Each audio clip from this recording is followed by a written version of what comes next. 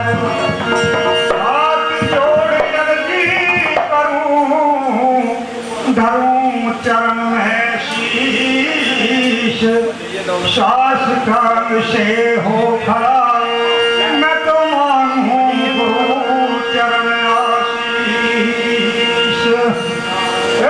चरण कमल में बंधना करे देश राज्य अज्ञान। हाँ चरण कमल में बंधना करे देश राज्य अज्ञान। मेरे मस्तक कमल पे विराजमान हो श्री सतगुरु साहिब राम किशन सतनाम।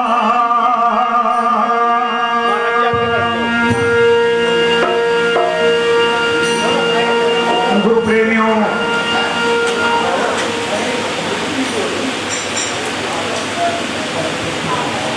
बहुत ही गुरु प्रेमियों, संसार में सत्य है तो सत्संग है, वरना तो सब कुछ नाशवान है, मिट जाने वाला है। एक दिन हम भी मिट जाएंगे, सब कुछ मिट जाएगा। गुरु प्रेमियों, हमारे महापुरुषों ने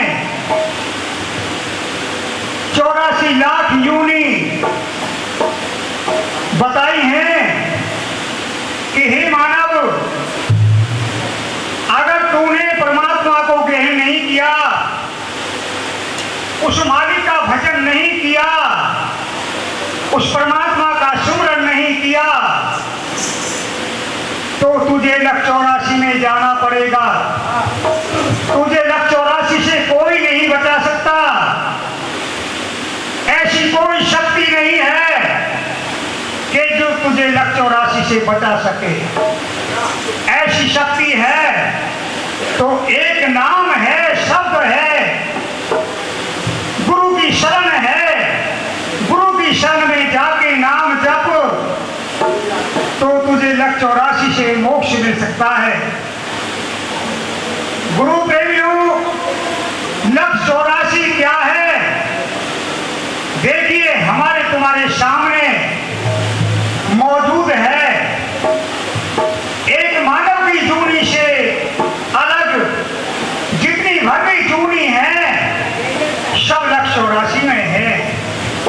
एक नजर मार के देखिए कि जितने भी नरक बताए हैं सब धरती पे हैं, लेकिन भजन के बिना, सुमरन के बिना ये मानव, ये प्राण, ये हंस, ये रूहानियत चेहरे बदल बदल के आती रहेगी और जैसे कर्म करेगा वैसी ही जूनी पाती रहेगी। गुरु प्रेमियों, बताया है सच्चाई। कर्म से रोगी, कर्म से रोगी, कर्म से भोगी और कर्म से योगी, कर्म से राजा राज भोगता, कहे देश राज। कर्म के कारण भ्रष्टा का कीड़ा भ्रष्टा में ही बड्ड पोतदा। गुरु प्रेमियों, कर्म बलवान है। कर्म से राजा राज करता है। कर्म के कारण वो बीमारी लग जाती है कि जो इस संसार में इलाज ना हो सके। गुरु प्रेमियों, कर्म से संत बनता है और कर्म के कारण ही लख 84 भोगता है। नरक क्या है? हमारी तुम्हारी आंखों के सामने है। एक भ्रष्टा होता है, भ्रष्टा। एक गोबर का कीड़ा होता है, गोबर का कीड़ा गोबर में ही पैदा होता है।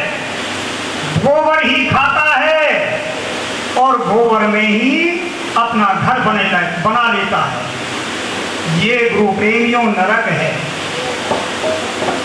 नरक बहुत प्रकार के हैं, लेकिन उन नरकों से बचने के लिए उस परम पिता परमात्मा ने, सतगुरु रविदास जी महाराज ने, जो परम तेज है, जो परे से परे है, उसने नाम शब्द को घोषित किया है कि हे जीव, तू उस लक्ष्य 84 से बच सकता है तो सिर्फ नाम के कारण बच सकता है, वरना तो तुझे कोई शक्ति बताने वाली नहीं है। तू उस परमात्मा का नाम जप और इन नरक जूनियों से बच। गुरु प्रेमियों, एक सोचने की बात है कि राजा महाराजाओं को क्या जरूरत थी कि जिसके पास हीरे मोती लाल, जिनके खजाने भरे हुए थे, वो राजपाट छोड़कर गुरु की शरण में जाके गुरु से नाम दान लेके वन में चले गए। राजपाट को छोड़कर उन्हें ज्ञान हो गया कि हमें राजभोग के नरक जरूर मिलना है, इसलिए वो नरक से बचने के लिए, नरक जूनी से बचने के लिए राजपाट को छोड़कर वनों में जाके तपस्या करने लगे, गुरु का नाम जपने लगे, सुमरन करने लगे। गुरु प्रेमियों, मीरा को क्या जरूरत थी एक चमार की शरण में आने की? श्री भगवान कृष्ण ने ये उपदेश दिया कि ही मीरा, अगर तू उस परमात्मा को प्राप्त करना चाहती है और 5 विकारों से बचना चाहती है, तो संत रविदास जी की शरण में पहुंच जा और मोक्ष पा। मीरा ने बेझिझक होकर, बेलज्जा होकर, ये लोक लाज त्याग के कि मैं एक राणापुर की बेटी हूं और राजा की बेटी हूं, मैं चमार की शरण में क्यों जाऊं, लेकिन उसे मोक्ष पाना था, लक्ष्य 84 से बचना था। गुरु संत रविदास जी की शरण में गई और नाम की भक्ति कमाई। आज मीरा जी का नाम अमर है, कोने कोने में मीरा मीरा हो रही है। गुरु प्रेमियों की राजा को क्या जरूरत थी, सिकंदर बादशाह को क्या जरूरत थी?